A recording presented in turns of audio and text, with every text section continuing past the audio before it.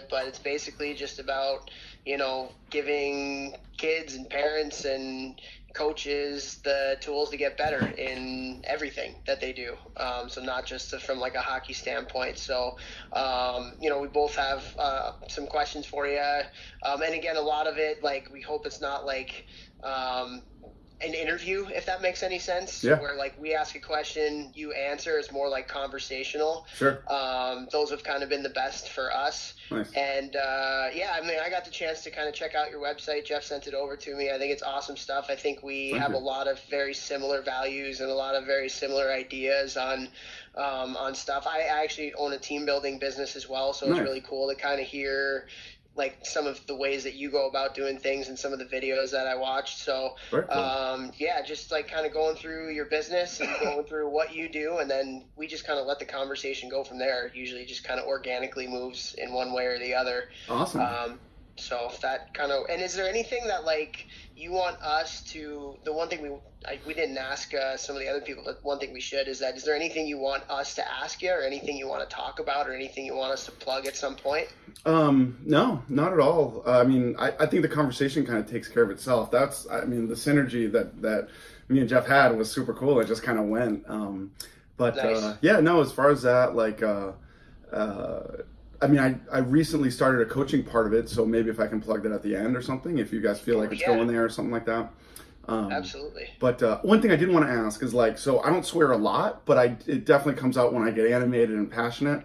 And I've had like two extremes. I've spoken to in the Bible Belt where they're like, Ricky, we're going to hire you if you don't swear. And then I have people say like, yeah, just fucking go with whatever the hell you want. So where do we fall in that scale? Like keep it pretty clean? It's okay. Like, we do have kids that listen. Okay. So like we try to Good. limit it if Good. it comes out. Like I would try to avoid the F word.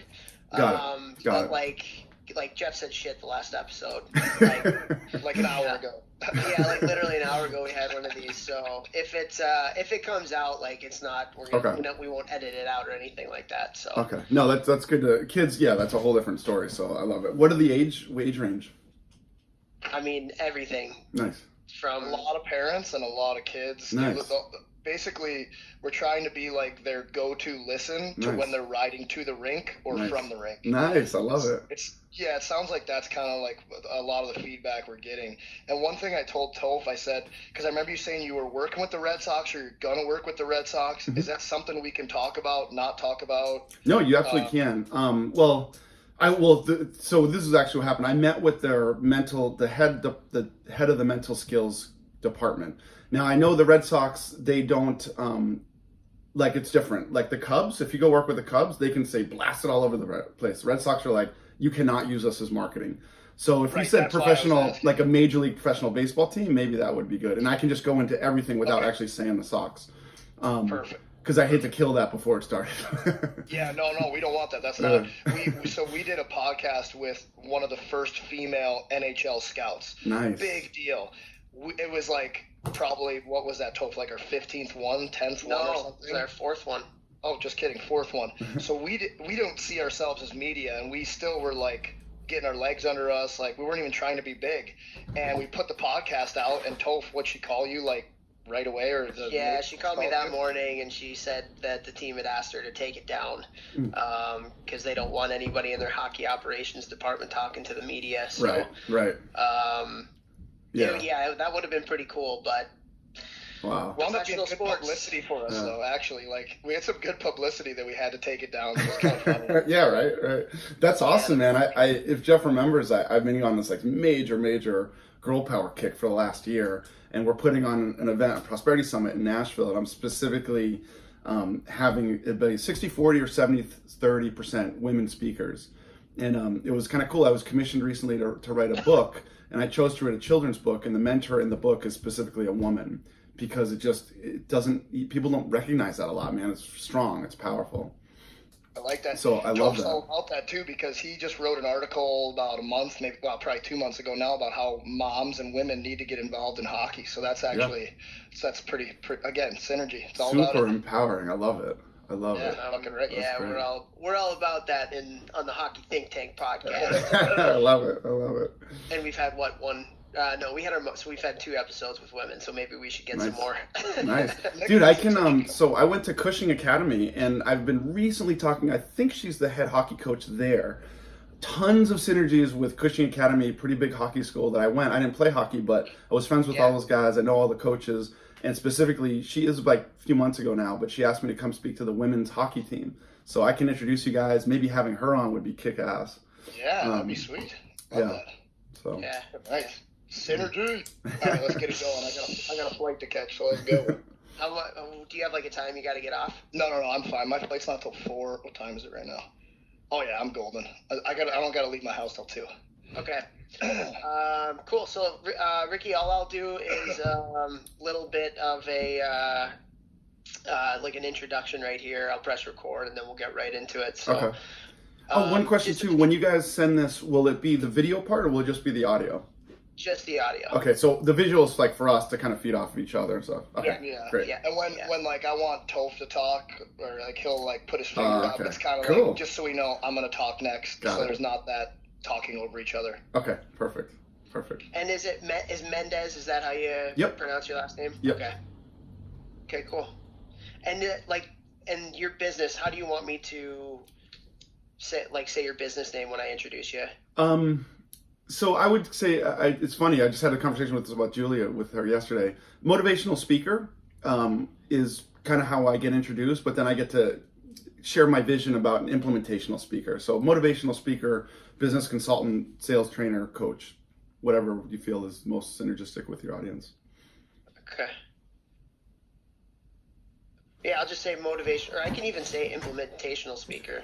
No, say motivational because... and then we'll go into it? Yeah, perfect. Okay. Set it up on a tee. Yeah. Right. All right, here we go. Ready? Mm-hmm. Yep. All right, here we go.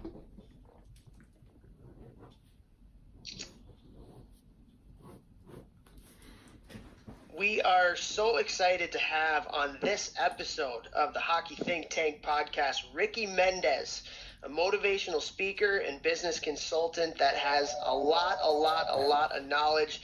And before we get into that stuff, I want to ask you, Ricky, because I've never heard my cousin Jeffrey so excited to get somebody on this podcast as to when you guys met each other down in Nashville last weekend. So how did your guys' little bromance start?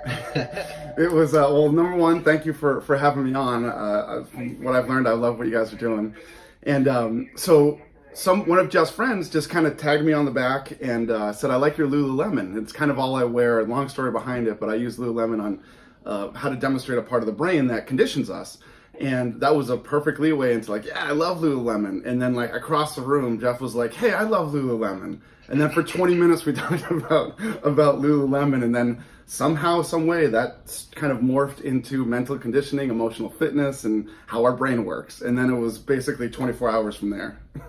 That sounds kind of fitting that started with Lululemon, because that's kind of like almost kind of like their shtick, right? Lululemon and all the stuff that you're talking about. So, Jeff, did you have like, kind of glitter in your eyes and all that kind of stuff? And you heard that? And then, Easy, bro. Easy. Yeah. I can't remember. Yeah, we were talking about Lulu, and then it was our cousin Cody Barra, Topher and I's cousin. We were there, and I don't even know how. We were talking about Lululemon, and Ricky's like, I got Lulu underwear on. I was like, I got Lulu underwear on. Then Cody's like, I got Lulu underwear on. We all pull it out. We show, hey, all right. And then I was kind of like, what do you do? And Ricky started talking, and I was blown away because everything he was saying was like what you and I say, but even next level, like even more scientific, even more fact-based, he's just everything that we're about teaching all of our listeners. He does it with athletes, with businesses, with salespeople. I mean, it's all about the power of the mind, and that's everything that we're into. So I was like, man, we got to get this guy in the podcast. I know he's big time, but I was like, hey, if you got a second to talk to us about with our audience, I think they can learn something from you. So I was really excited. He jumped on it right away. Ricky's a beauty. He's like, yeah, man, I'm totally in. Let's set it up, and here we are, less than a week later. So pretty cool world we live in here. That's awesome. Well, kind of jumping right into it, Ricky, I called you a motivational speaker, but that's not exactly kind of what you do. Explain to our listeners a little bit, kind of what you do in terms of that stuff, and with the people that you work with. Absolutely, thanks. So motivational speaking it's kind of the space, it's the arena. And I remember I started investing in myself a long, long time ago. And to invest in yourself in conferences and coaching and all that stuff, that's not cheap, right? So I would go to a conference, I'd spend anywhere between, really start investing in myself between $3,000, $4,000, $5,000, right? And I would look to my right and left during a 2-day, 3-day conference, or even a single day, and people would be taking these feverish notes on their yellow pads. And then at the end of the conference, I look to right and I look to my left again, and they have left their notes at the conference. So I know there was no change in behavior, and it happened consistently at all the conferences. So I know there was no change in behavior, and one of my greatest mentors told me, Ricky, success is not a knowledge problem. People know what to do. They just don't implement on a consistent basis. It's an implementation problem. So he inspired me so much, so I kind of made that my life's work, and dealing with implementation that creates prosperity habits that are sustainable and duplicatable kind of over the long haul. Rather than getting really, really motivated, in a couple hours or a day, and then that wear off, implementation in small incremental bits and pieces will lead to prosperity habits. That will lead to a change in behavior and literally rewiring your brain. So then you look back and these little incremental things add up and they're cumulative. And now you look up and not only have you changed your life, you've changed the life of the ones that you love and the ones around you. And to me, I believe that to be kind of true fulfillment. Wow. So basically you change the way they think, which then affects behavior, which becomes habit, which then leads them towards their goals. Is that kind of very much so. So I believe that the way you think will directly affect the way that you feel, your emotional state. If I can choose to put myself in an emotional state that is prosperous, exciting, abundant, healthy, and motivated, then I can take the action. But so many people focus on the action. What do I have to do? What do I have to do? But they don't change the foundation of how they think and feel about what they're trying to do. For example, when a kid needs to get better grades, we tell them, you got to study harder, you got to study harder, you got to study harder. We focus on the action, but we don't change fundamentally a lot of times on how that child feels about learning and education. If we can change the way he thinks, we change the way he feels. If we change the way he feels, then we can look at the actionable items to take. Toph, that sounds a lot like the ADM and what they're pushing with the young kids, as far as instead of having young kids now like just go to practice and just practice things, they're trying to tell the youngest kids in hockey, the coaches of the youngest kids in hockey, you need to make it a fun environment. You need them to want to come. And then make the drills they're doing super fun so they're getting better, but they don't really know they're getting better and they're learning. Is that kind of like what you're saying as far as this analogy with the kids in school? Yeah, very much so. So like if we can get those kids, okay, so let's think about the hockey practice, right? Now, if we can get those kids to enjoy the progress, like if I go in and I think of how much progress I made, even if it's small, I can celebrate the small little victories and I can celebrate the progress that I made, and that is increasing my quality of life. And this works even, I've talked about this even 6-year-olds. They might not understand it, but the process, if you start conditioning at that age, man, imagine what the leaders that they will grow up to be. So if I can change the way they think about practice in terms of learning and progress, not only in practice, but in life, then they get excited. Then their emotional state increases. They can change their state by what they're thinking about. And then when they do that, now the action to go to the practice and to do the drills and to do all things has a completely different meaning in their life. And what's awesome about it in teams is it spreads like wildfire. And I've been getting in front of more kind of athletes this year. It's usually corporations and businesses. And people ask me to come and coach and teach them on leadership and culture within an organization. But it's even more powerful, I feel, within athletes in a team, because they are putting their absolute blood, sweat, and tears from what they've done since they've been little. So it's that much more impactful for them and the people around them. Yeah, that makes a lot of sense. And I want to even take it a step further because, one of the biggest sayings in sports, especially nowadays, is like embrace the grind, kind of like, and you got to learn how to enjoy the sucky parts of it. So in terms of just kind of what you're talking about in changing the emotional state, how would you suggest, let's say you're a pro player or college player or junior player, higher levels, to change your emotional state so you're able to more enjoy the suck and it's not so monotonous, if that makes any sense? Yeah, absolutely. So I believe the core of literally everything in our world is gratitude. Simple. It's so simple, it gets so often overlooked. So I teach people literally how to write a gratitude poem. The power of that is able to convert energy from negative to positive. And I literally teach an hour class on this. But when I know that my mind cannot be grateful and fearful at the same time. So I get to choose. Literally every second of every day, of every week, of every month of my life, I get to choose. So when we're conditioned, and we don't rely on willpower, because willpower is an exhaustible resource, it's going to wear out at some point, but we try to grind and grind and grind. But when we can rely on emotional fitness and mental conditioning, then we get to embrace that grind because we're conditioning ourselves for gratitude. And there's lots of different ways to do that. And when we do that, when we change our state and how we feel about it, we can embrace the grind, or what I call is embracing failure. And just a different perspective on that, it's real simple. Like if you had a goal, a magnanimous goal, and something that you wanted to achieve, and I told you it would take 25 failures to get to that goal, how excited would you be at your first failure? But we don't think from the end as a result, and we get down and we get hurt and we get discouraged about these failures, when those failures are the greatest teachers that we could ever have. If you look at anybody that's created anything great in this life, they'll talk to you about the failures and how many that they went through. Thomas Edison, arguably the greatest inventor ever. He said, I didn't fail, I just found 10,000 ways that didn't work. Walt Disney was fired from his newspaper for lacking imagination and having no good ideas. Walt freaking Disney, you know what I mean? Eminem suffered with depression and all kinds of failures before he was a 13, Emmy nominated or Emmy winning artist. So if we look at the people that have done great things, they have failed the most. So we change that perspective, we get to embrace the failure, because if we learn from it and grow from it. But too bad our conditioning, we have 60 to 70,000 thoughts a day, the majority of them are negative, and then our conditioning tells us to be scared of the failure rather than embracing it and learning it and from growing from it. I love that. And I think that this episode's probably going to be geared towards higher level hockey players and coaches, just from what we're talking about here. But from a coaching standpoint, for the coaches out there listening, I feel like old school is like a team loses and they just start screaming at the players that, you didn't do this, you didn't do that.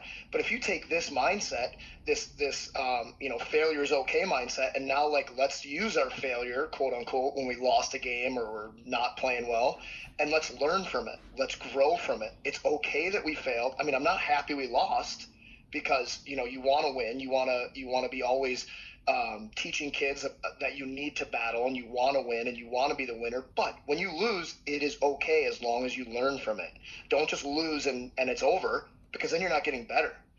You lose and you go back and you watch the tape, or you go through the plays in your head and you say, okay, I did that. Maybe I could have done this better. Learn from it, and then you grow. So you got better from your failure, as opposed to just quote unquote failing, losing, and you don't get better from it, which is just a waste of time. Absolutely. And I want to be super clear, especially with athletes. So I've spoken to a few colleges lately, and I want to be super clear. I'm not saying that promotes a losing mindset is okay. If you learn and you grow from that, you get better, and that's progress. And as a team, if you progress from the beginning of the season to the end of the season, that is a win. But more importantly, when you teach kids to learn and grow from their setbacks, we've all heard it, a setback is a setup. If we teach kids to do that and we do it ourselves, more importantly, we become the person that we're proud of, we become the friend that we're proud of, we become the husband or the wife that we're proud of, we become the boyfriend or the girlfriend that we're proud of, we become the mother or the father that we're proud of, the husband or the wife. We live a more fulfilled life, and then we're able to teach that to other people. And I believe contribution's the best feeling on the planet. And what a place in an arena to do that than athletics. That's amazing. I mean, I always tell the clients that I have, that are in a rut, or kind of struggling for a week, 2 month, whatever it is, like when you have those dark times, it gives you perspective on when you have the light times. When you're in the light and everything's going well, it's like, yes, but if you never had those lulls or those down times, you don't know how amazing those good times are when everything goes right, everything is working, everything's going in the net. You have those times, but you don't have those times without those valleys. You don't get to those peaks without going through those valleys. So when they happen, learn from them, use them as inspiration, motivation, whatever. Learn from them, learn technique, all this stuff, and use it to your advantage. If you get down and you dwell on the negative and you're not constantly thinking, I'm going to get better from this, it's okay. I'm going to get out of it through working through it, hard work, thinking about it, all this stuff. You're going to be better from it. So it's okay. And parents, it's okay. Coaches, it's okay. As long as you're there doing the right things after that failure. You can't just let them fail and then, well, I'm done with you. You suck, whatever. No. Learn from your failures and listen to, this podcast, what's up, and guys like Ricky, and learn how to turn your failures, what you just said. I've never heard that. Turn your setbacks into setups. That's unbelievable. I love that. And that, we look like Michael Jordan, man. You go look at the people. We post these things on social media all the time, right? We'll get like a meme or something and we'll post it. One of the things Michael Jordan says, I failed over and over and over and over again in my life, in my career. That's why I succeed. So we post these things and we share these things, but do we implement them? Do we take them and think, okay, how did he think? All I got to duplicate is how he thought so I can do what he did. It's really, really simple. And all it really is, I look at it and believe, is a conversion of energy. You got negative energy, you got positive energy. How do we convert negative to positive? It's very, very simple by the way we look at things. One of my favorite authors is Wayne Dyer, and he says something very simple. Change the way you look at things, and the things you look at change. And I think that's so powerful because there's so many tools that I teach my clients and whoever, businesses, corporations, or whatever, how to convert energy. And it's just like anything else. We go to the gym, we lift, we get stronger, right? But that's tangible, so people can see it, so people spend more time on it. But with your mind, people don't see it. It's not tangible. So people don't work it out as much, where you have to work that out just as much, if not more, than your physical capacities. So conversion of energy is really, really a simple thing. I teach people all the time, like, look, man, when the crap storm comes, which it's going to come, okay? It's not about it not coming. It's about me being efficient and proficient about converting energy. So I teach people we all have iPhones, right? And people have been thanked many, many times for whatever they may have done. Maybe they helped them with a game, helped score a goal, taught them this lesson, taught them this skill, whatever. So we thank people a lot. When that happens, take a screenshot of your phone, put it in an album, entitle that album in your phone, I Am Great, and put all these screenshots in there of people that have thanked you. So now when the crap storm comes, okay, how do I convert that energy? I go into my phone, I look at my album of all these people that thanked me. I can't help but feel awesome. I can't be grateful and fearful at the same time. Bam, I have a conversion of energy. You do that again and again and again on a small scale. You implement on a small scale and it turns into a prosperity habit. Next thing you know, you're living a more fulfilled life, but more importantly, you're teaching people and being the example of how to do that. That's great. I think that's so cool, and I want to push you a little bit more on that even too, because just kind of listen to you talk. You talking about how changing is simple but powerful, but I also think that's very hard. Mm-hmm. Specifically for people that are in going through the tough times and going through the ruts. It's kind of easy to say, hey, like, you should think positive, but I think that's really, really valuable that you even gave them examples. Say the people that said thank you on your phones. Like, so what are some other things that people can do to tangibly change their mindset from a negative to a positive? Absolutely. So I believe everything in this world is energy. Okay. And just like there are certain things, I'm so conditioned now that when I hear things, they trigger me. So first of all, when people say something's hard, just twist it. It's a challenge. Hard is just hard. Challenges I get to overcome. Challenges are fun. Challenges have a top of the mountain. Hard is just hard. So number one, the thoughts that we have and the things that we say have energy to them, negative or positive. So number one, when you look at things, don't call them hard. I would suggest to call them a challenge. Number two, I strongly suggest the core of everything is gratitude. To me, the year I wrote my gratitude poem, I made more money than I ever made.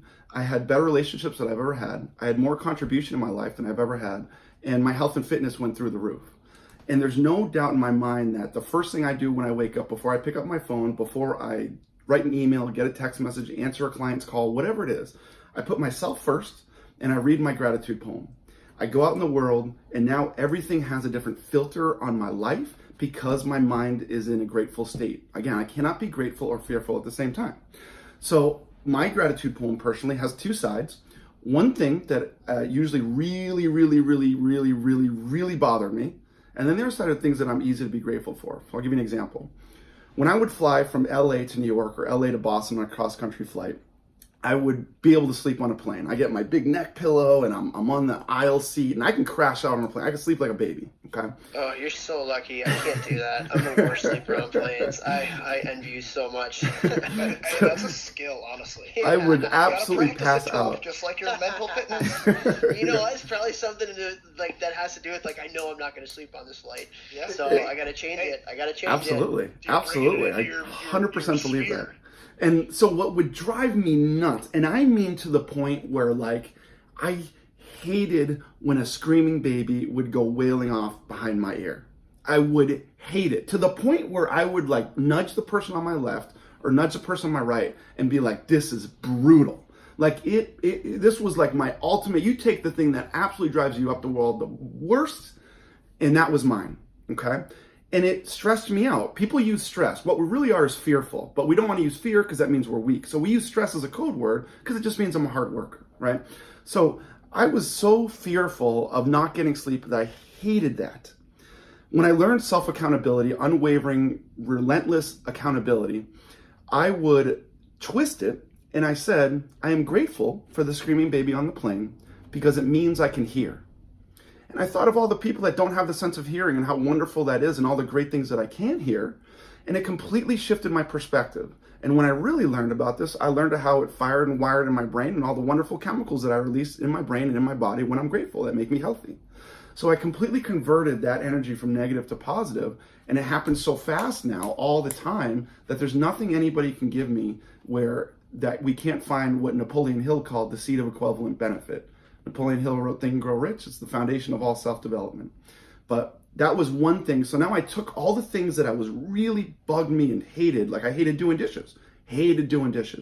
So I said, I'm grateful for the dirty dishes that I have to clean and scrub because it means I have enough to eat. Simple things that change perspective. You do that again and again and again. Again, implement on a very small scale. This can be applicable towards business, your life, your family, your relationships, your health, your fitness, whatever. You do them again and again and again. You feel awesome. And you literally change the world in front of you, and then you get to change others.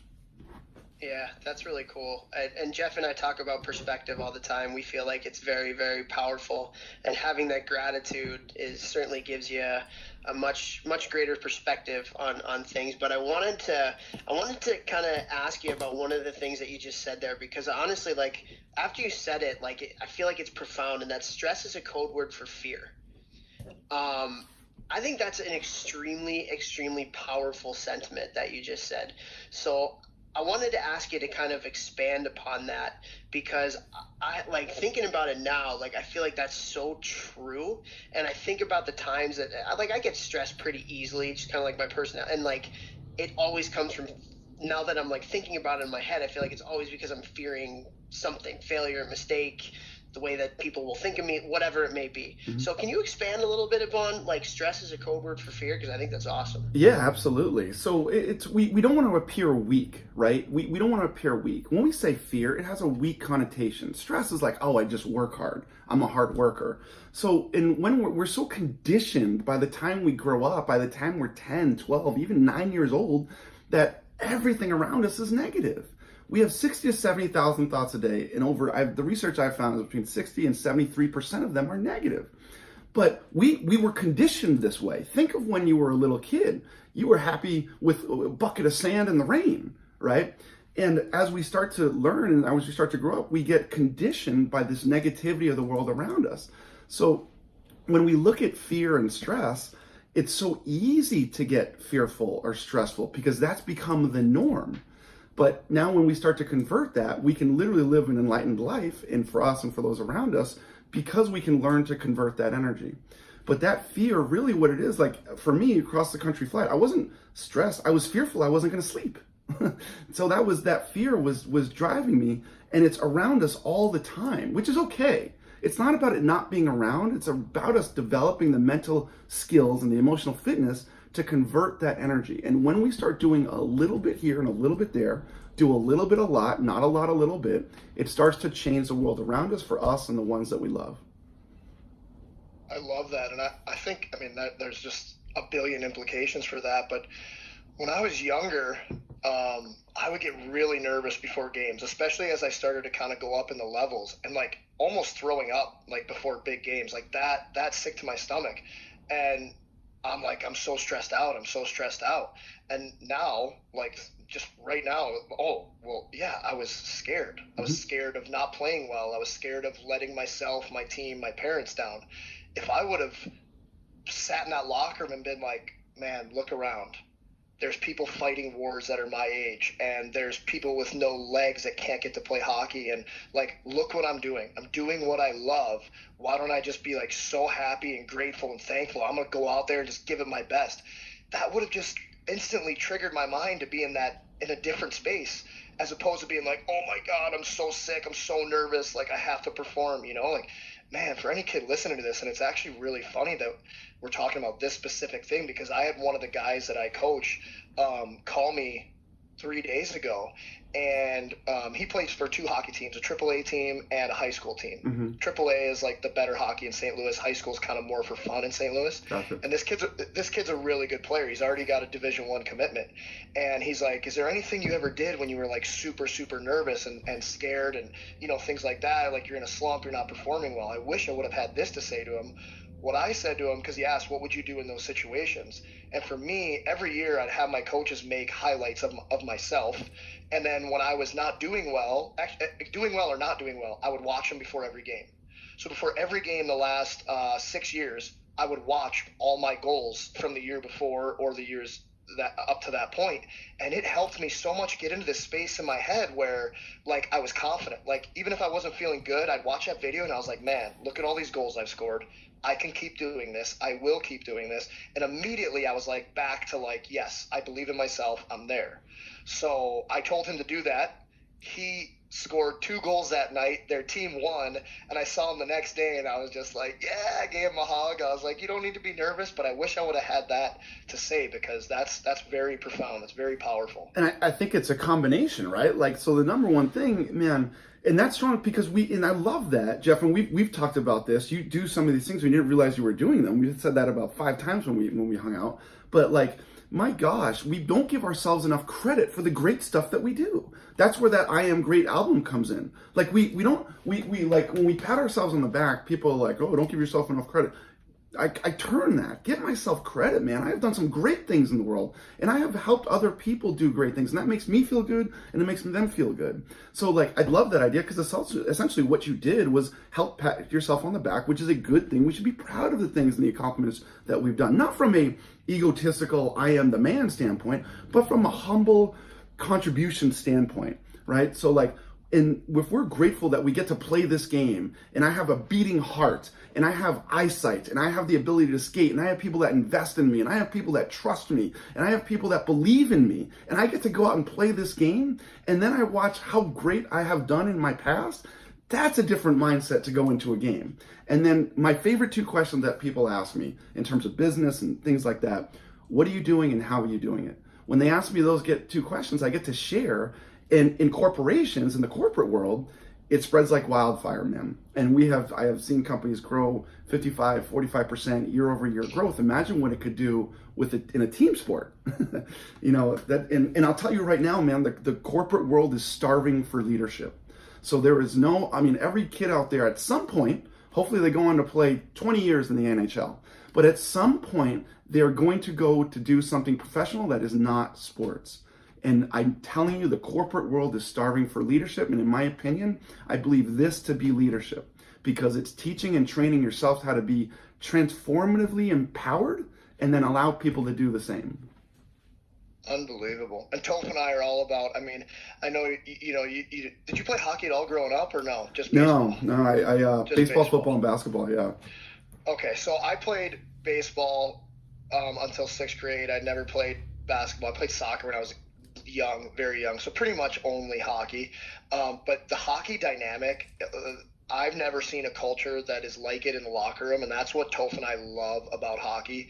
I think that it translates very well to the real world after hockey, whether you play, house league, AA, AAA, college, pro. You can learn so many life lessons that will translate to life after from the hockey culture.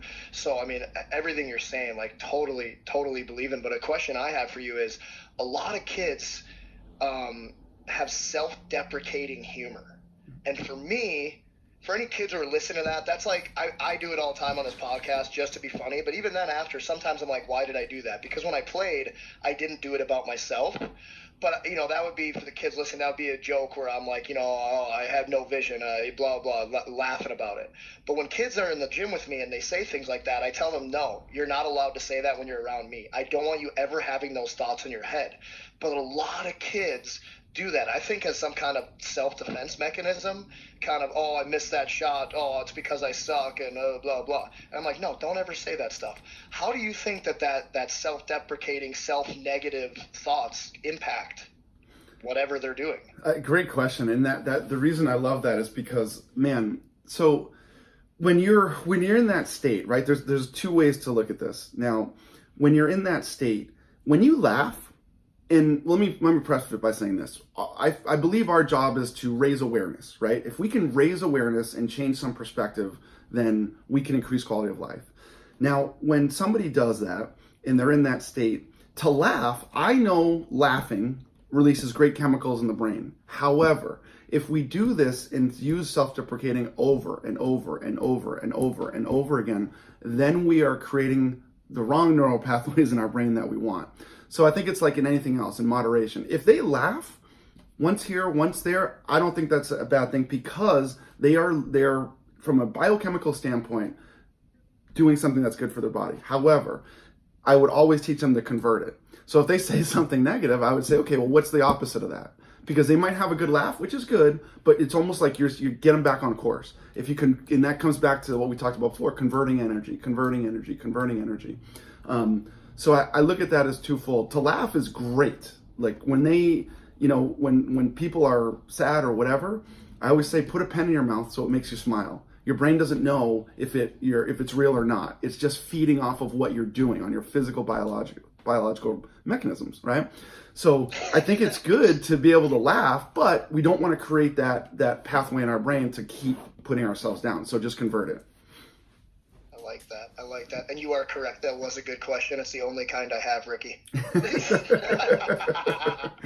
That's so funny. Well, one of the things, like, Ricky, when I was looking at your website and looking up some of the stuff that you do before we were going to have you on here, asking the right questions is something that you talked about a lot.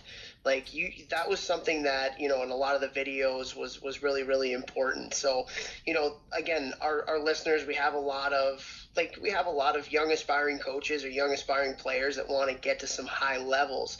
What are some, questions that you think they should be asking themselves that they would need to answer to get to that point, if that makes any sense? Yes. So because I agree, like asking the right question, I think that's so cool. So what are some questions that you think those guys should be asking, maybe themselves or maybe other people, to try and get them to reach their goals and their dreams? Very simple, man. When you go through a challenge, what did I learn from this challenge? How can I grow from this challenge? How can I contribute from this challenge? So what I mean by that is, look, what happens is, and I know this from personal coaching, corporate coaching, consulting, all this, when some challenge happens, when the bad stuff happens and the crap happens, it's going to come. It's going to come, and it's okay. That's like saying, I want to be successful without the challenges.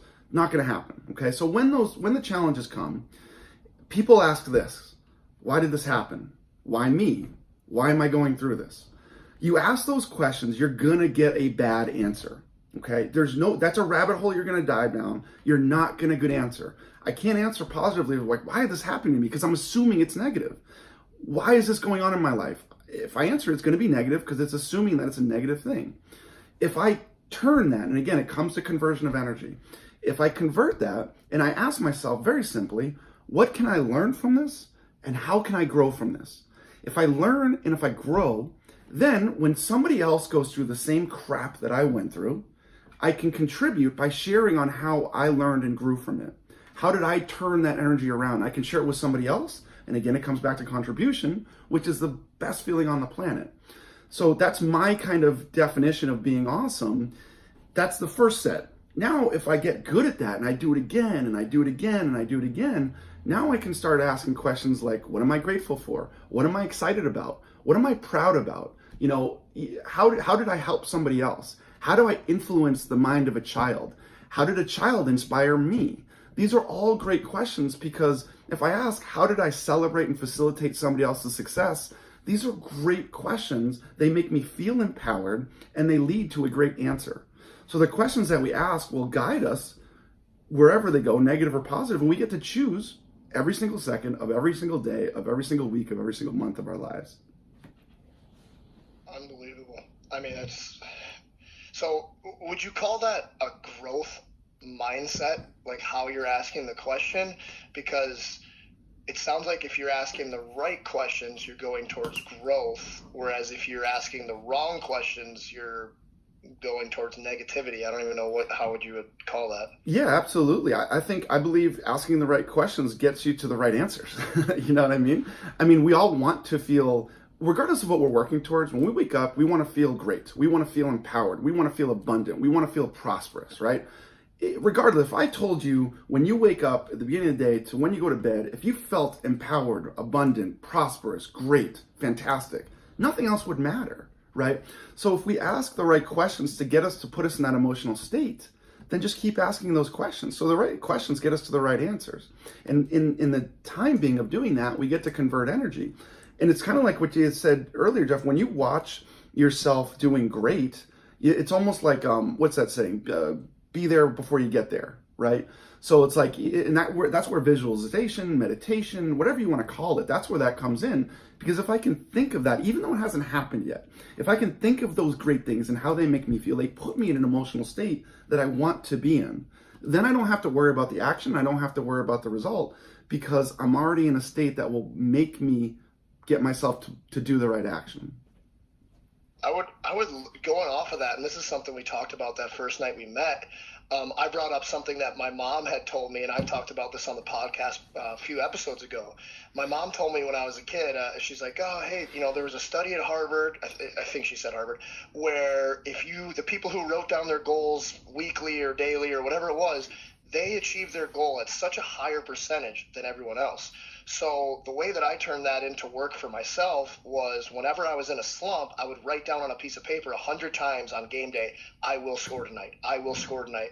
And this is me just doing bro science. I also would write it in different, like one would be in cursive, one would be in big letters, one would be in small letters. Because I was just like, maybe I'm working different things in my brain. Total bro science. No idea if that worked. But anyways, I'd write it down 100 times, and I swear to God, over my career, I started doing that my first year in juniors. For my first year in junior until the last game of my 10th year playing professionally, when I would do that, I think I scored like 97% of the time. But, and I told you this, I was nervous to do that every game because I was like, well, I want this to keep working when I really need it. But so you and I talked about that, and you knew what study I was talking about, and we just went off on that. So I would love to talk about that and how powerful writing down your goals and aspirations and everything is, because, you know, that was huge for me, and it really helped me. And I did that all the time, like with goals. Like every year I'd write out, I'd have on my phone, every single year I played, my goals would be on my home screen. And so every year, like when I was in Japan, it was a little bit easier for me to score there. I'd never scored 30 goals in my career, and on my phone the entire off season going into my second year, it said I will score 30 goals this year. And I read that phone every time I picked up my phone. I made it a point that I would read it before I would unlock my phone. I scored 33 goals that year. I'd never done that before. Every year, you know, I will score, I'll do this, I'll do that. Now my phone says give more, be more. That's my life motto now. I want to give more to the world, to people, try and help people be better, because I feel better and I become more. You know, so like that's what I'm about. So talk to the listeners and Topher and I about writing down your goals and that study and all that stuff. So first of all, I think that exact point is when we had like a big bromance hug in the kitchen at the friend's house.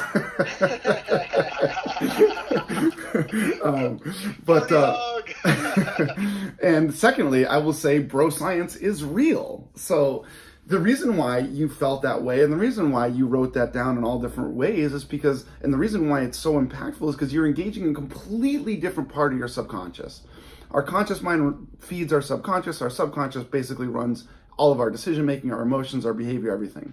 And that's why whenever people say, yeah, I got my goals, I got them in my head, I say, yeah, BS. You don't have them and you're tricking yourself because you haven't written them down, you haven't used them. When we write them down, we engage a completely different part of our subconscious. And when we write them down in different fonts and sizes and colors and all those things, we're engaging more of our brain to make it that more impactful. So I love that. And so I was right. Yeah. So there is truth to the bro science. Now, it's funny because that's what people say. This is what happens. When things are going really great, people say, oh, this can't keep up. This can't keep up. And then when things are going bad, they're saying, man, this is going to continue. This is going to continue. We're doing the opposite of what we want to fulfill. So when things are going great, what about saying, man, this is awesome. I can't wait for it to keep going. And when they go bad, man, this is great. This means I'm due for a setup. So I wish you had kept doing that when you weren't so superstitious. No, but it's incredible because it's like, that's what people say when things are going good, they expect it to go bad. And when things are bad, they expect it to keep going. So what if we turn those? And I absolutely love that you brought up that study from Harvard MBAs. So this is a joke that I make with people, but like, I'm not going to argue with Harvard, man. Harvard MBAs, if they do a study with Harvard MBAs, I'm not going to argue with those guys. Look at Toph's face. Toph went to Cornell. He's not happy with you. I'm sitting here like you guys are just, on the Harvard train right now, and I'm like, oh my God, just shoot me. No, but I get it. Yeah, basically, you like really, really smart people. If they put into a study, I'm just going to listen to it. So I remember that exact study from 79 to 89, and they studied all these graduates from the Harvard MBA. And I remember I was given this report and study in a sales class over 10 years ago. And it talked about, I don't want to read the whole thing, it takes a while, but basically there were 3% of the class that had clear written goals written down and plans to accomplish them. The other 97% either had them, but they weren't written down or whatever variation. 10 years later, the 3% that had written clear, concise goals that used them and studied them made more than 97% than the other group combined. They made more, let me rephrase that. They made more than 10 times as much as the other 90% combined. So when I learned that, I was like, my goodness. And it hit home with me. At the time, I was working as a sales consultant for Sears Home Improvements, okay? And this is in 2009 when the world is falling apart. Not a good time to be a commission-only salesperson. So long story short, we had our bonuses of about $8,000 to $9,000 I was making on a consistent basis. No override, no hourly, no nothing, just some bonus. And because the world was falling apart and because people were losing their homes and because everybody was scared, every company either got rid of people, laid people off, or cut bonuses. That bonus for the same metrics went from about $8,000 to $9,000 to about like $850. I was pissed. And not only that, I was telling everybody like, look, we're leaving. We're going to the competition. I had a mentor of mine that was a VP sales and said, Ricky, he knew how to push my buttons. He said, Ricky, what you're saying is it can't be done. The next month I sat with my mom, my dad, my sister. I wrote down my goals for the first time in my life. And what they had done is they cut our bonuses, they slashed them, but they said, hey, if you hit these metrics, which are far and above more than anybody ever hit in sales at the company at that time, we'll pay you this bonus. And that bonus was $49,625. Which made us even more mad because they're like, no one's ever hit that in the history of Sears. And Sears has been around since like the 1920s. 1 month after that happened, 1 month after I wrote my goals, I was the first person out of 5,000 reps to hit that bonus. I made over $88,000 in 2 weeks. There's no there's no coincidence. There, Ricky. And it was like since that day, there's never been a month that I haven't not only written them down, had them, and used them. People say you got to have them, but it's really 3 parts to the puzzle. You need to have them, you need to write them down, and you need to use them. You need to look at them every day to condition yourself for high emotional fitness and mental conditioning. So ever since that time, I was like, hold on. Some very smart people told me to write my goals down and use them every day. I did that. I made more money than I ever made. I think I'm going to do that again. So, and it was funny when we go into contribution, it wasn't the money that made me happy. I learned that money was green paper with numbers printed on it. The things that I could afford and do that I wanted that increased my quality of life and the life of the ones I love in terms of my family and the people around me, the things I was able to help them with and facilitate, that's what made me happy. That's awesome. I think that's so profound, and like, I think everybody needs to get that. And it kind of goes along with another thing that, I heard you talk about in looking at your videos and stuff, and that was attacking fulfillment and not achievement. That's something I've really tried to do in my life over the past couple years, because, I was in a job that was a very achievement oriented job. I was an assistant coach in college, and a lot of what you do is about wins and losses. Did you win the hockey game? Did you get that recruit? Yes or no? Instead of like enjoying the process of, hey, I got to travel all around the world. Hey, I got to meet all these people, but I hardly ever thought about that. And when I do my team building, one of the things that I ask the kids all the time is like, why do you play hockey? At the end of the day, why do you play? And it's always the same answer. Well, coach, I love to play hockey. And then I ask them, well, how often do you think about that? And they're like, well, I never do. Well, what do you think about? Well, I think about making it to the NHL, or I think about, the end result or whatever it may be. So talk to us a little bit about that saying, because I think it's so profound. I think if everybody kind of had that mindset, again, you would be more grateful for the things that you have. You would have more perspective and all the things that we've been talking about on this entire podcast. Mm-hmm. Absolutely. Absolutely. And yeah, so to go back to like the goal setting and things like that, when I made that money, I was like, man, this is great for a day. And the strange thing, it was a little unsettling because that feeling wore off. But because I was able to do those things, I looked back at my prosperity plan. I like to call it prosperity planning instead of goal setting. So I looked back at my prosperity plan. And I looked at the things that I had written down. And I love that you just said the why, because I had written down my why for all these things. Give you an example. So because of that, I was able to, my family wanted to go to Europe, and my mom, my dad, and my sister, we take family vacations. Not that we're little, that we're all older now, we still take family vacations, and we're super close, and I love my family more than you could ever imagine. But going to Paris, I was able to facilitate buying flights, and my mom wanted to go up the Eiffel Tower. My mom was a little out of shape, so I was able to get a personal trainer for her. And she's also deathly scared of heights. So we got to Paris, we went to the Eiffel Tower, and my mom was in shape to be able to get to the top. Now, she started walking, and she didn't want to take the elevator. She's like, I'm walking. If my family's here, I'm walking up there. I'm getting over this fear. Now, my goodness, she was 1/20th of the way up, and she starts crying. And my sister and my dad are talking to her. I have pictures of all this, and they're like, we don't have to keep going. We don't have to keep going. She's like, I'm with my family. I'm going to make it. If I'm with my family, I can make it. You guys are here. I'm getting to the top. We just have to go step by step. And I went back down, and I was taking pictures and everything. I document everything. I believe in collecting memories. So I was taking pictures, and she starts really bawling to the point where like people are walking by us. And she had the physical ability to get up. And she said again and again and again, if I'm with my family, I can make it. If I'm with my family, I can make it. So we went so slow and step by step. And with my mom, my dad, my sister, my family, we made it to the top of the Eiffel Tower. And I have this picture of my mom at the top of the Eiffel Tower with her hands up in a tourist shirt that says, I love Paris.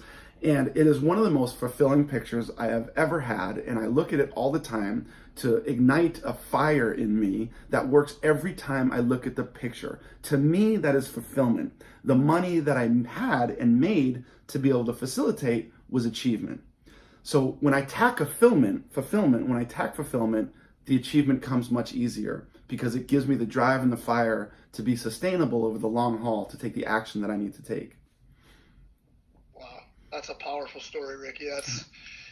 That's really powerful, man. That's unbelievable. And Toph and I, obviously, we're cousins, and family is everything to us, both our huge family and our own individual families. And it's so funny, I'm doing that right now with my mom. I told her when I came back from this big Isogenics event where it kind of really opened my eyes and changed the way that I looked at things. And I was like, you know what, my number one goal, like I have all these clients, I have money, all this stuff, like none of it means anything, mom and dad, if you guys aren't going to be here in 10 years. Mm-hmm. No, I'll trade all of it. So I put my mom first and getting her healthier and all this stuff. And literally I wake up every day and I'm just so happy that she's like already healthier in only 4 weeks. And, Mm-hmm. and it's unbelievable. Like that is, oh, that's a great story. I want to share this too, because I love that, man. And like, I'm super close with my family, and I think it sounds like you are too, but I know there are listeners out there, and I know this from my coaching and consulting and people that come after me at a speaking event or whatever, and they say, yeah, but,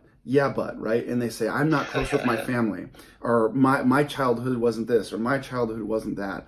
It doesn't have to be family, man. Like, how have you affected the life of another? How have you affected a child? Go and buy some homeless dude a meal. You know, random acts of kindness. There's anything that you can do to put yourself in an inspired state for you and other people out there. But think of how you can influence humanity. We can all do it. And I'm sure you guys have heard of the KISS method, keep it simple, stupid, right? Yeah, and I heard that a lot. and I want people to know that it doesn't have to be necessarily mother or father. I know a lot of people that grew up and maybe didn't have that support, but my point is you can find to do it for somebody. It can be a smile. It can be a meal. It can be an ear that listens to somebody. It can be something super simple that has that same effect for you and that other person. That's amazing. I agree. I think the biggest, like, sorry to cut you off, Jeff, but the biggest almost like personal development that you could ever have is doing something for other people without expectation of anything in return. Like, honestly, that is like it's empowering. It gives you perspective. It gives you gratitude. Like all the things that you've talked about on this podcast, when you do things for other people without the expectation of something in return, specifically if those people are less fortunate than you are. Mm-hmm. I mean, there's no better personal development activity than that. I'm a firm believer in that. And it's the best contribution is the best feeling on the planet. From all the emotions that we have and all the things out there's no better feeling than contribution, because I cannot be fearful when I'm grateful. And when I'm helping somebody else, I cannot be fearful. So I tell people all the time, like, look, if the crap storm comes, put your focus and energy on somebody else. So if you go into your I Am Great album, right, and you have all these messages of people that have helped you, number one, I can go there and change my state. But two, if I'm going through a crap storm myself, I can immediately focus on helping somebody else. So if I follow up with the people that have sent me a thank you, hey, how is this going? Or hey, how is the game going? And all of these things, when you do them consistently on small scales, they add up, they're cumulative. Man, imagine the athlete and teammate that we can become. Imagine that person that we can become, especially when in a sports setting and in leadership. I would assume and think and imagine and feel that coaches would want people that can convert energy and kids that can convert energy on the ice just as well there as anywhere else. And I also love your start with why. When we think about the why and we develop the why, I call it a magnificent obsession. I do this with companies and coaching or whatever. But when we really, really dig into the why, I'll give you an example. So one of my whys and contribution is I do 2 random acts of kindness each month.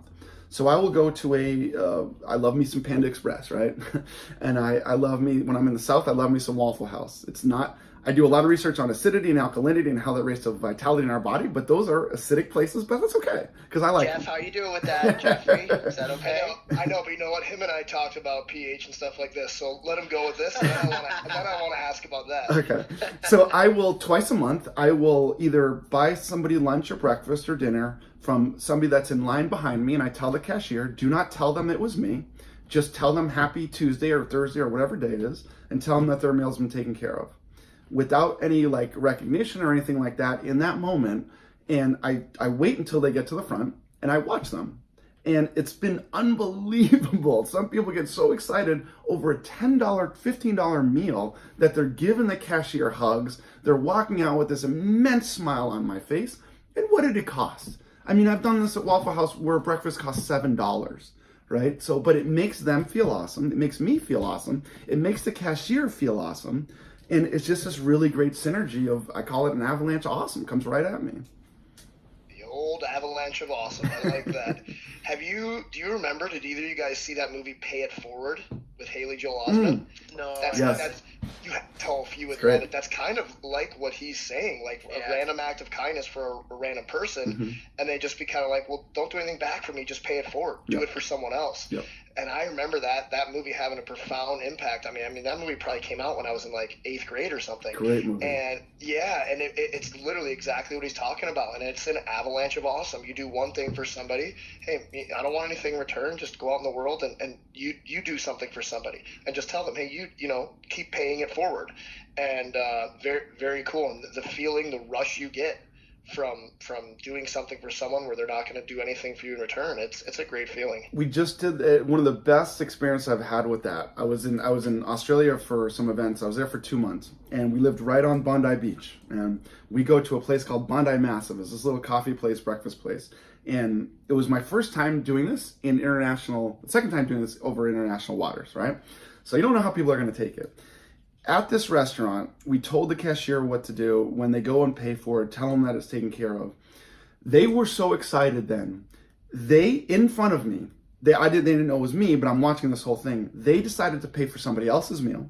Those people decided to pay for somebody else's meal, and then those people decided to pay for another person's meal. It went 4 times. It was the most that I've ever seen that happen on the spot. It was incredible. Very cool. That's powerful, but it's one domino. It's one act of kindness, one, helping somebody, and man, that's unbelievable. Love it. The crazy thing too is like you never know the person that you're helping. Like that person might be going through something that little one thing might trigger, like just a smile, like we were talking about before, might trigger another smile, even those little simple acts of kindness, like you never know the impact that they can have on people too. And I'll share this, man. It just reminded me. So that was such a cool effect that we did it my second time that month. We did it a couple of weeks later. And I was with a couple of friends, and we did it that time. And there was this couple sitting away, and they were just kind of sitting there, not really talking a whole lot. All of a sudden, the guy starts crying. This is before we paid for their meal or anything, and we're like, oh my gosh, like we something's going on there, right? So we told the cashier. This is before we even knew this, but they were like, there were a couple, like, we're just going to pay for their meal. The guy goes up. He's confused. You see the reaction. People don't expect it because so much negativity, and he didn't really understand it. And they have been like, no, your meal's paid for, and he was still trying to pay for it. He didn't understand that somebody would do this. He leaves, and then the woman comes up. She starts crying, gives the cashier a hug and a kiss, and she said, "You don't understand how much that made our day." It turns out the guy had cancer. And this little thing, she was going off on how that changed their day because she had left and then came back into the store. So you never, never, never know how that can affect somebody. Not that clears up anything or makes anything great or easier, but for that brief moment, somebody helped somebody else. And when we do this consistently, it comes back to everything that we're talking about. I become a better person. I become a better teammate. I become a more skilled teammate. I live in this life of empowerment and transformative change, which helps me become a better athlete, a better coach, a better father, a better husband, a better friend.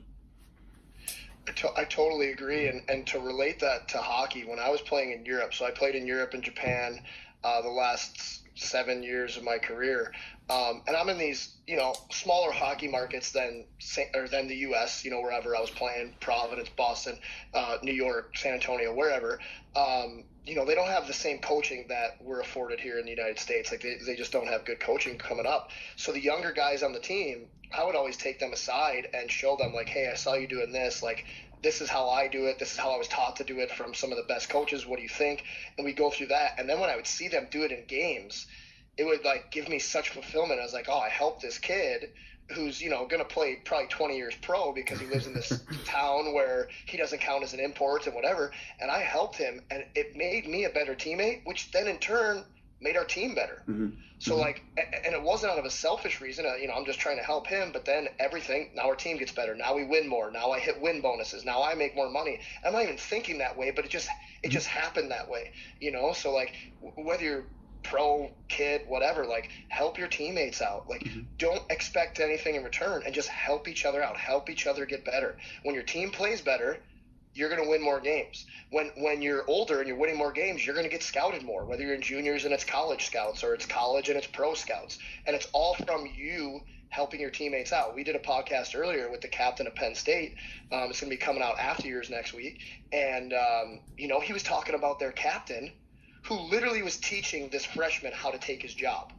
But it made the team better. It made them win more, and everyone was better. And I was just like, it was so cool to hear. And that is so transferable from somebody. I'm excited to be in front of more athletes this year, but for somebody who's built his business around corporations, real estate companies, tech companies, sales companies, whatever, it is exactly what you just said is so transferable to the corporate world whenever they are done playing. And the corporate world is starving for good leadership. Starving.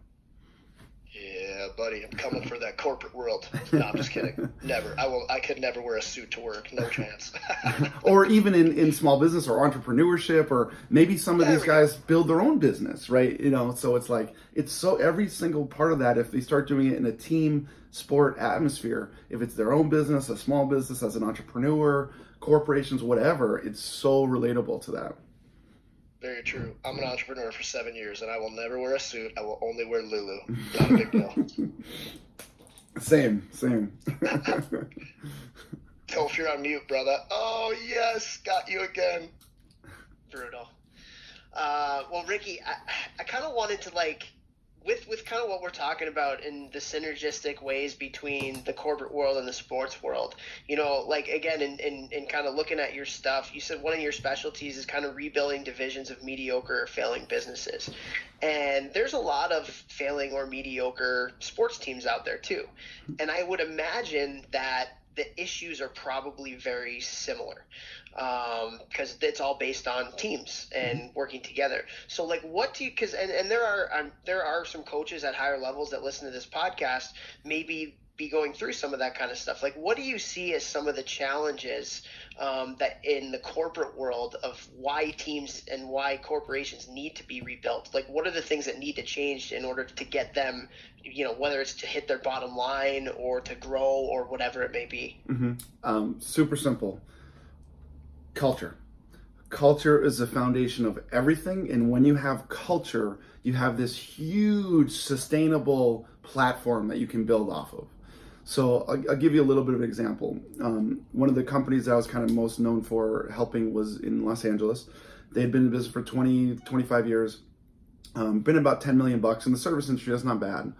Within 7 months, and the first year we grew from 10 million or 12 million to 22. And the next year we went to 36. But we completely rebuilt the culture. And when I mean rebuilt, I brought 4 or 5 sales guys on at that time. I wouldn't let them near the office because there would be a fight. The people that were there wouldn't shake my hand. They would literally open in front of everybody, tell me to go F myself. They would key my car. This was this is tip of the iceberg type stuff. And I'm grateful for it because it taught me mental conditioning. I would literally have to walk around, and there were 8 to 10 salespeople there, and the whole office staff had alliance to them, right? And then the person that comes in who's younger than most people and has to induce change, which everybody hates is change. And so the whole office hated me. It was, and I'm a guy, speaking openly, I'm a guy that likes to be liked, okay? I enjoy when people say, hey, Ricky's a good guy, or Ricky's a nice guy. When people tell me to go F myself and they key my car, that didn't feel good. I would literally have to walk around the office and say, I love myself. I love myself. I love myself. I love myself. I did that for 5 months, 6 months before we even started to have a little cultural change. But when we did, and we taught these things in terms of prosperity planning and fulfillment and helping others and teamwork and teammates, one of the most favorite things that I've ever had is a girl that bought into the system. She was making $10 an hour, and hopefully this year we have it on our prosperity plan. I still keep in touch with her, and she will own her first home. So that type of thing, when you take people and you really develop the culture through empowerment and helping and contribution, and I'll say it again because this is one of the first meetings that I had, was gratitude. You walk around and you feel differently around that corporation or that entrepreneur, or in this case, our teammates. When those things are ingrained in them and taught and empowered through them, our culture and foundation changes. Then we can go to the actionable items of skill set and forgive my lack of hockey terms, but slap shot and goal saving and checking and wrist checking or whatever it is. If we go to baseball, I know baseball well. If I can stay short to the ball, follow through, transfer weight, but like then we can go to these actionable items. People try to get to the actionable items first without changing or even altering the foundation of it. So it doesn't last. It's not sustainable. That's why people write down their goals January 1st, and then January 15, they're shut down. That's statistically speaking in the States, that's what we got in terms of willpower. Well, going off that, because I wanted to ask this earlier when we started talking about other stuff, how often would you recommend a young athlete, whether they're 10 or 18, to be writing down their goals? So I look at it as three pieces. I believe there are three pieces. Number one, I got to have them. Two, I got to write them. And the third part, which is the most important part in my opinion, is review them every day. Every single day. And we can get into the whole electrical and chemical reasons of the brain and why that sustains the new neural pathways and all that stuff. But every single day. I have not reviewed my prosperity plan since January 6, 2016. I have reviewed it every single day before I do anything, before I pick up my phone, before I write an email, because I know that is conditioning my brain. It's firing and wiring new electrons in my brain, which will literally rewire it to create the life that I want and I desire and I deserve. So the biggest part, people get excited. They say, yeah, I got goals. And then they don't write them down. Two is writing them down to engage your subconscious. And then people are like, oh, great, I wrote my goals, I have them down, and they never look at them. They never look at them. So the conditioning doesn't take place. So in terms of writing them, I write mine probably once a quarter or maybe twice a year, but I review them every day because they're always evolving. But I review them every day. I put myself in an emotional state of empowerment, prosperity, and abundance. Then I go off into the world. And this can be so small in scale. I had a call with a client this morning, and she was like, yeah, I've tried to do this and I've tried to do that. And I was like, well, how long is that process? I was like, 20 minutes. I was like, you're starting way too big. I call them liners. Just write a 2-liner gratitude poem. Take one thing that usually makes you very upset, flip it, find the positive side. Take one thing that you're super grateful for, that's easy to be grateful for, family, friends, whatever, write that down. Just review that tomorrow. That's it. Start extremely small in scale so I can develop the consistency. And in 2 weeks, 3 weeks, maybe add another line to it or add a line. That is sustainable and duplicatable over the long haul. And then while I'm doing that, my mental conditioning and emotional fitness sets in. Love that. I mean, just to an analogy, a metaphor, like you don't go into the gym and just try and get under dumbbells and dumbbell bench 100 pounds, like I do, how easy it is for me. Nice. Thank you. You got to start with push-ups and shoulder stability and prehab and all those things. You don't just go under, to the weights that I'm doing every day. You have to start small. So, I mean, Topher and I have a deal where I have to give $20 to charity every time I pump my own tires, and I'm already 20 deep from this morning, and I got 20 more, so I'm at $40 a day, but I'm giving. Sharing That's is caring. hilarious. No, but that's so true, right? Like we can't get jacked overnight. It takes time. But Correct. People can relate to that because it's tangible and physical. I can see it, right? But when it comes to our brain and our emotional fitness and mental conditioning, people think it should happen overnight. It takes time. It's an emotional muscle. It's muscle memory that takes time to build. So number one, give yourself patience. And two, give yourself credit for the little progress that we're making. Unbelievable. Absolutely love it. I love that. I think that's something, especially in the hockey world, Jeff, too, where like it's okay to do that. Like tell yourself that you're good.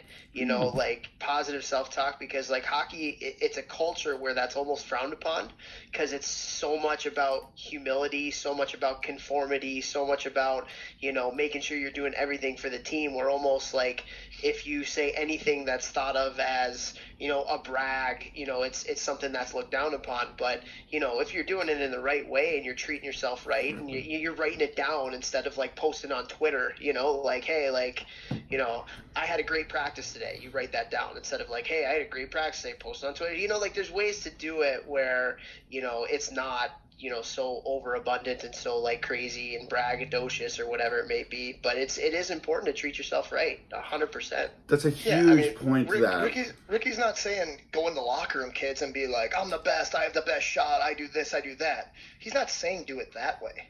Yeah. And I think that's a great point, and thank you for bringing that up. And the way I look at that is I praise myself internally, privately. I praise others publicly. And that's a great way to promote yourself, is to promote others publicly. But when it's just me and when I'm in my room and I'm visualizing, I am telling myself, I am awesome. I am great. I have greatness within me. I have the ability to learn. I have the ability to grow. I have the ability to help other people. And then when we go out in the world, somebody else, whatever we did successful or whatever success we had, somebody helped us. So I like to give credit to who helped facilitate my success. And I do that publicly.